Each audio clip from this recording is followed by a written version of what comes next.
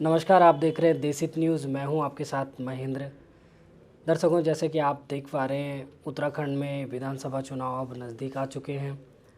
लगभग किसी भी दिन घोषणा हो सकती है आचार संहिता की। ऐसे में तमाम पार्टियां, तमाम राजनीतिक दल, बीजेपी, कांग्रेस, अन्य क्षेत्रीय पार्टियां लगातार जनता से संवाद कर रही है, जनता के पास जा रही है, नब्ज टटोलने की कोशिश कर रही है।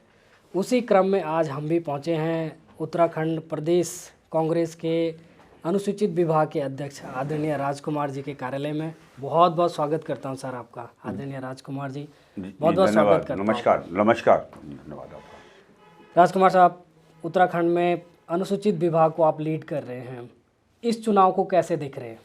देखिए, भारतीय जनता पार्टी जब से आई है उन्होंने वादा किया था कि उत्तराखंड में हम नवयुवकों को रोजगार देंगे, गरीबों निर्धन परिवार के अनुसूचित जाति लोगों को नौकरियां देंगे या उनको कार्य करने के लिए कुछ ऋण या जो भी सुविधाएं देंगे। लेकिन भारतीय जनता पार्टी ने ऐसा कहीं कुछ नहीं किया और प्रदेश भर में, बल्कि भारतीय जनता पार्टी ने तो हमारा संविधान में छेड़छाड़ कर बदलने की उसको कोशिश करी है। भीमराव अम्बेडकर जी ने जो एक महान व्यक्ति थे, उन्होंने जो लिखा था उसको बदलने की कोशिश करी है और अनुसूचित जाति के जितने भी विभाग थे उनको बदलने की कोशिश करिए, आरक्षण को ख़त्म करने का कोशिश कीजिए। तो बड़ा अफसोस होता है और लोग इंतजार कर रहे हैं, अनुसूचित जाति के लोग, कि 2022 में भारतीय जनता पार्टी को उत्तराखंड से उखाड़ फेंकने की बात कर रहे हैं।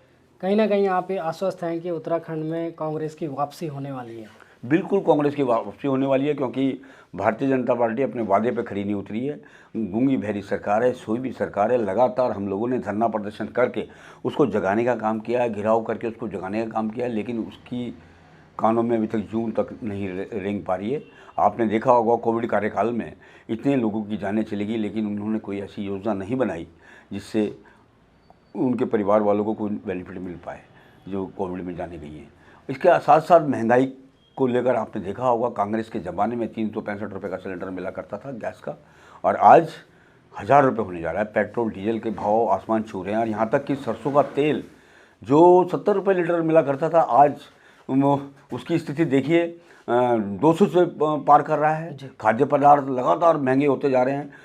गरीब आदमी कहाँ से खाना खाएगा? दिहाड़ियाँ है नहीं, मजदूरी है नहीं। कोविड कार्यकाल लगातार 2 साल चला, लोगों को नौकरी से निकाला गया, लेकिन इन्होंने बेरोजगारों के ऊपर कोई ध्यान नहीं दिया, प्लान के ऊपर कोई ध्यान नहीं दिया।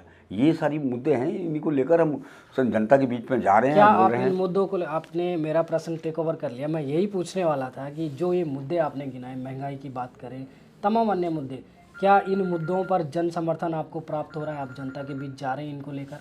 बिल्कुल, इन मुद्दों पर जन समर्थन प्राप्त हो रहा है और ये मुद्दे ऐसे मुद्दे नहीं है, ये अमीर लोग के लिए, व्यापारी भाई के लिए, किसान भाई के लिए भी है, नवयुवकों के लिए भी है, बेरोजगारों के लिए भी हैं। सारे मुद्दे लगातार जनहित के मुद्दे हैं। ये इनको लगातार कांग्रेस उठाती रही है और कांग्रेस के शासनकाल में आपने देखा होगा, राशन की दुकान में खाद्य सुरक्षा योजना के अंतर्गत 2 रुपये किलो, 3 रुपये किलो गेहूँ चावल मिला करता था, मिट्टी का तेल मिलता था और चीनी मिलती थी। इन्होंने मिट्टी का तेल और चीनी को लगभग गोलता कर दिया, किसी को नहीं मिल पा रहा है। और यही चीज़ें सारी हैं, और जो योजनाएं कांग्रेस शासन काल में चल रही थी उनको लगभग इन्होंने बंद कर दिया है।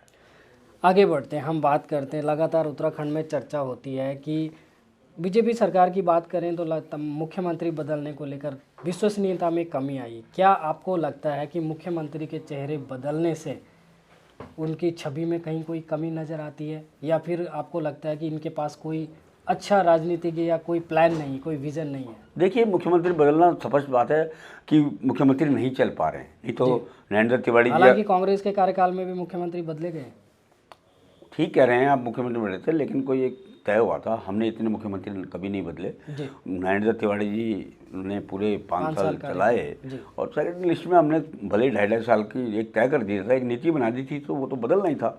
लेकिन इन्होंने 4.5 साल के बाद जो त्रिवेंद्र रावत जी को चेंज करा और उसके फिर तीरथ सिंह रावत जी को चेंज करा और अब धामी जी आ गए, तो ये क्या लगता है, कहीं ना कहीं कमी तो है कि वो चला नहीं पा रहे हैं प्रदेश को, या उन्होंने लगातार झूठे वादे किए जो जनता उनसे चिढ़ रही है और जनता उनसे सवाल खड़े कर रही है, तो इसीलिए तो मुख्यमंत्री बदल जाता है। तो क्यों बदलता? अगर अच्छा कोई कार्य मुख्यमंत्री कर रहा है तो क्यों बदल जाएगा? जब कार्य अच्छा नहीं हो रहा तभी तो बदला जा रहा है मुख्यमंत्री। जी, राजकुमार जी आगे बढ़ते हैं। हमने बात करी, आप प्रदेश में उत्तराखंड प्रदेश के अनुसूचित विभाग के अध्यक्ष हैं।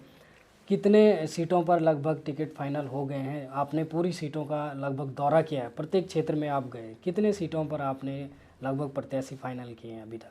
देखिए, प्रत्याशी तो हर जगह कई कई टिकट मांग रहे हैं और मांगने भी चाहिए। जो कार्यकर्ता होता है टिकट मांगता है। अभी लिस्ट हमारी ओके नहीं हो पाई है, संभावित लिस्ट बनी है और अधिकांश अभी एक्स एमएलए और जो पूर्व में वर्तमान में एमएलए हैं उन लोग की एक लिस्ट बनी है और उसके बाद अभी देखते हैं। ये तो सेंटर का मसला है, पार्टी हाईकमान का मसला है, वही निर्धारित करेगा। जब लिस्ट संभावित आएगी तो अवश्य लड़ा जाएगा। क्या अभी मीडिया में भी ये भी चल रहा है कि हरीश रावत जी के चेहरे के साथ चुनाव लड़ रही है कांग्रेस, या खाली उनको अभी कैंपेन कमेटी का अध्यक्ष बनाया गया है? नहीं, हरीश रावत जी पूर्व से ही हमारे वरिष्ठ नेता रहे हैं और अब उनको दुनिया भर की नॉलेज है। प्रीतम सिंह जी भी हमारे पूर्व से नेता रहे हैं और उनको भी नॉलेज है। सब लोग मिलजुल कर लड़ रहे हैं। कोई हमारे यहाँ ऐसा कोई गुटबाजी नहीं है, कोई ग्रुपबाजी नहीं है। और उसके बाद सेंटर जो जिसको भी चीफ मिनिस्टर बना देगा सरकार के बाद, हमें मान्य होगा, हम सबके साथ मिलकर हाईकमान मीन्स, हाँ जी, हाईकमान जिसको बना देगा, अंतिम निर्णय हाईकमान का होगा। ओके, आगे बढ़ते हैं। राजकुमार साहब, हमने देखा कि कोरोना काल में हमारे उत्तराखंड प्रदेश की बात अगर करें हम, यहाँ के बहुत सारे युवा होटल व्यवसाय में बाहर के अन्य राज्यों में काम करते हैं, लेकिन कोरोना के बाद बहुत सारे युवा बेरोजगार होकर के वापस आया है। क्या उन युवाओं को यहाँ पर रोकने में बीजेपी सरकार कामयाब हो पाई है? क्योंकि मुख्यमंत्री जी लगातार घोषणा दावे कर रहे हैं कि उन्होंने बहुत सारा स्वरोजगार को यहाँ पर बढ़ावा दिया है। मुख्यमंत्री जी की घोषणाओं से कुछ नहीं होने वाला है जी।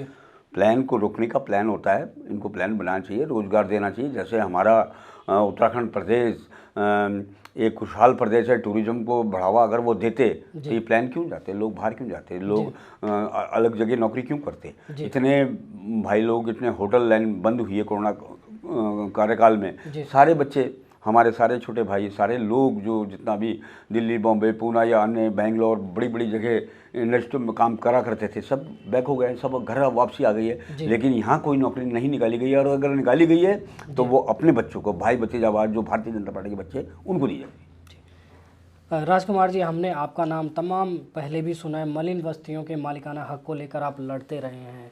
इस समय क्या स्थिति, क्या बीजेपी सरकार ने मलिन बस्तियों को मालिकाना हक देने का कार्य किया है, या फिर आपको लगता है कि सिर्फ जुमलेबाजी हो रही है, धरातल पर काम नहीं हो पा रहा है?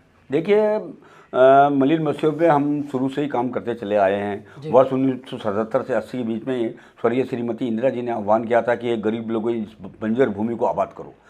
तब से लगातार हम लोग मलिन बस्ती में काम करते चले आए हैं। लोगों ने वहाँ पर अपने झोपड़ियाँ बनाई, कच्चे मकान बनाए, फट्टों के मकान बनाए और आवश्यकता पड़ने पर जैसे जैसे परिवार बढ़ा तो उन्होंने लिंटर के मकान भी बनाए। और आज मलिन बस्ती नहीं रह गई। कांग्रेस शासनकाल में करोड़ों रुपए के वहाँ पे कार्य हुए हैं, चाहे पाइपलाइन का कार्य हुआ हो, सड़क का कार्य हुआ हो, नाली का कार्य हुआ है, आंगनबाड़ी बने हुए, स्कूल बने हो, सामुदायिक भवन बने हो, हैंडपम्प लगे हो, ट्यूबवेल लगे हो। लगातार कांग्रेस ने मलिन बस्ती को बढ़ाने का काम किया। और यहाँ तक कि जब मैं चेयरमैन था 2016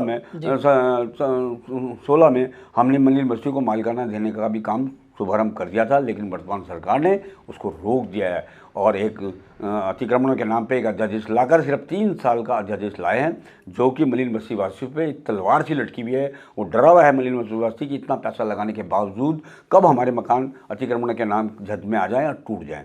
लेकिन हमने वादा किया है, 2022 में सरकार कांग्रेस की बनती है तो हम लोग सर्वप्रथम उनको मालिकाना हक देने का शुभारंभ करेंगे। बहुत बड़ा दावा कर रहे हैं आप देश हित न्यूज़ पे। बिल्कुल, हमने तो देने का पहले भी शुरू करता, नियमावली बना दी थी, 400 करोड़ रुपए विधानसभा में पास करके उसके रखरखाव के लिए रख भी दिए थे। और लगातार जैसे जैसे फाइलें ओके होती जा रही थी, हम लगातार मालिकाना हक देते चले जा रहे थे। हमने कोई दो राय नहीं करी है और उसी योजना को हम आगे बढ़ाएंगे और मालिकाना हक देंगे।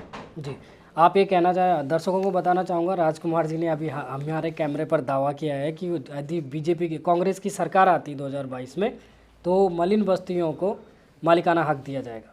बिल्कुल दिया जाएगा। हमारी सरकार ने पहले वादा किया था, हमारे एजेंडे में है, हमारे घोषणा पत्र में है और हमने पहले भी ये योजना को शुरू कर रखा था। कोई नई बात नहीं है और सभी लोग जानते भी हैं। हमने सर्वे सभी बस्तियों का कराया हुआ है। फाइलें नगर निगम में डंप पड़ी हैं, सचिवालय में डंप पड़ी हैं, उनको दोबारा से निकाला जाएगा। इन सभी निर्धन, गरीब और सामाजिक और सामान्य वर्ग के लोगों को मालिकाना हक दिया जाएगा। राजकुमार जी, अभी आदरणीय हरीश रावत जी ने बोला कि हमारी तमाम वो योजनाएं हैं जिनका शिलान्यास या यहाँ पर बीजेपी सरकार कर रही है उसका क्रेडिट लेने की कोशिश कर रही है। आपको लगता है ऐसा है कि वो कांग्रेस के सरकार की टाइम की योजनाएं हैं? देखिए, कांग्रेस की सरकार के टाइम की सारी योजनाएं, चाहे नरेंद्र तिवारी रहे हों मुख्यमंत्री, या बहुगुणा जी रहे हों, या हरीश रावत जी रहे हों, लगातार कांग्रेस काम करके आगे बढ़ी है और उत्तराखंड को विकास की ओर ले जाने में कांग्रेस बीजेपी खाली क्रेडिट ले रही है। बिल्कुल, बीजेपी हिंदू मुस्लिम की लड़ाई लेके चलती है, कोई काम नहीं करती, कहीं कोई काम नहीं करा। सारी योजनाएं हमारी चलाई हुई है और उसी योजना चलाने के ऊपर ही वो उस काम को आगे बढ़ा रही है। बाकी उन्होंने आज तक कोई काम नहीं किया और हमारी जितनी भी बड़ी से बड़ी योजना धरातल पे चल रही थी और जो पूरी हुई है उनमें सिर्फ उन्होंने पत्थर लगाने का काम किया। कहीं ना कहीं आपके जो बात आपने बोली उसमें झलक रहा है कि अब उत्तराखंड की जनता क्या मंदिर मस्जिद के विकास पर जाएगी के नाम पर वोट देगी या फिर विकास कार्यों के नाम पर वोट देगी? क्या लगता है आपको? देखिए, उत्तराखंड की जनता अब समझ चुकी है, झूठे जुमले मोदी जी के समझ चुके हैं। इन्होंने वादा किया था, करोड़ों लोगों के खाते खुलवाए इन्होंने और 2-2, 500 रुपये, 1000 रुपये देके जो खाते खुले उन लोगों, गरीब लोगों के, निर्धन लोगों के, वो पैसे भी चले गए। और इन्होंने वादा किया था कि जैसे हमारी सरकार आएगी हम काला धन वापस लाएंगे और सबके खातों में 15 लाख रुपए जमा होंगे। लेकिन वो घोषणा बिल्कुल विफल रही। लोग इंतजार करते, अभी तक इंतजार कर रहे हैं कि वो पैसा कहाँ चला गया, कब आएगा, और जो उनके खातों के पैसे थे वो भी खत्म हो गए। तो ये तो बहुत झूठ वाली सरकार है, जुमलेबाजों की सरकार है, ये कभी कामयाब नहीं हो पाएगी। लोग समझ चुके हैं और महंगाई की जो मार करी है और जो इन्होंने वादे किए थे कि हम लाखों लोगों को प्रत्येक वर्ष नौकरी देंगे, वो इन्होंने नहीं दिया है। किसान का ऋण माफ़ करेंगे, वो इन्होंने नहीं किया है। और इन्होंने मलिन बच्चों को मालिकाना हक देने के साथ साथ महंगाई को कम करेंगे, वो इन्होंने नहीं किया है। इसलिए इनका पर्दा खुल चुका है। 2022 में लोग इंतजार कर रहे हैं कब इसको उखाड़ फेंकें। पूर्ण तरह आश्वस्त हैं आप? बिल्कुल पूर्ण तरह आश्वस्त है, सरकार कांग्रेस की आने जा रही है। राजकुमार जी, अंत में मैं हर इंटरव्यू में ये प्रश्न मेरा ज़रूर होता है कि हमारे प्रदेश का ज़्यादातर हिस्सा पहाड़ी है, तो पहाड़ की जवानी और पहाड़ का पानी, ये पहाड़ के काम नहीं आ पा रही। कांग्रेस सरकार आती तो क्या इसके लिए कोई सॉलिड प्लान है आप लोगों के पास? देखिए, आप सही बोल रहे हैं जी कि हम पहाड़ के जितने भी नवयुवक हैं, पहाड़ के जितने भी लोग हैं, अधिकांश प्लान कर चुके हैं। जी। नई नीति नहीं बन पा रही। मैंने को तो इतना कहना है कि हमारा टूरिज़्म इतना अच्छा टूरिज़्म है, वो वर्ल्ड में माना जाता है। हमारे यहाँ पहाड़ पे इतने अच्छे अच्छे स्रोत हैं, इतने अच्छे अच्छे इंडस्ट्रियाँ लग सकती हैं और इतने वो अच्छे अच्छे हमारे पास सुंदर स्थान हैं जिनको हम विकसित करें तो वर्ल्ड में दिखाया जा सकता है। स्विट्जरलैंड भी फेल हो जाएगा हमारे यहाँ इस टाइप के। बीजेपी सरकार बात करी 13 डिस्ट्रिक्ट 13 डेस्टिनेशन की बात करी, मतलब हर जिले में एक टूरिस्ट प्लेस डेवलप करने की बात करी। क्या ये सिर्फ जुमला है या सच्चाई है? देखिए, 5 साल तक तो उसने कुछ करा नहीं। अब 2 महीने में क्या टूरिज्म करेगी और क्या डेवलप करेगी और क्या कर सकती है? कुछ नहीं कर सकती। जब करना होता तो पहले स्टार्टिंग में प्लानिंग करके करते। और आज जो उत्तराखंड के नवयुवकों का और या उत्तराखंड के लोगों का हाल हुआ है, ये लोग प्लान करके बेचारे छोटी छोटी अपने रोज़गार चला रहे हैं और वो रोज़गार भी बंद हो चुका है। उन्हीं के आधार पर ये कुछ नहीं करने वाले हैं। ये सब झूठ है बिल्कुल भारतीय जनता पार्टी। राजकुमार जी, अंत में उत्तराखंड की जनता, अपने विधानसभा की जनता को क्या संदेश देना चाहते हैं? मैं अंत में अपने उत्तराखंड की जनता को यही संदेश देना चाहता हूँ। चुनाव सामने है। हाँ, 9 वर्ष की बधाई देता हूँ और ईश्वर से, प्रभु से यही प्रार्थना करूँगा कि उनको, परिवार को शांतिपूर्ण बड़ी बूटी रखे और उनको रोज़गार दिलाए, उनका किसानों का, भाइयों का ऋण माफ़ हो या गरीबी कम हो और या इसके साथ साथ टूरिज़्म को बढ़ावा देने के लिए पूरे प्रदेश में बढ़ावा देने के लिए सरकार बहुत तेज़ी से काम करे, जिससे हमारा नवयुवक यहाँ से प्लान ना कर पाए और यहीं रुका रहे और यहीं अपने घर पर बैठकर काम करे। राजकुमार जी, आपने समय दिया, इसके लिए तहे दिल से आभारी। बहुत बहुत धन्यवाद आपका और बहुत बहुत अग्रिम शुभकामनाएं आपको चुनाव में। जी नमस्कार, बहुत बहुत शुक्रिया आपके चैनल का और आपका भी धन्यवाद। जय हिंद, जय भारत, जय उत्तराखंड।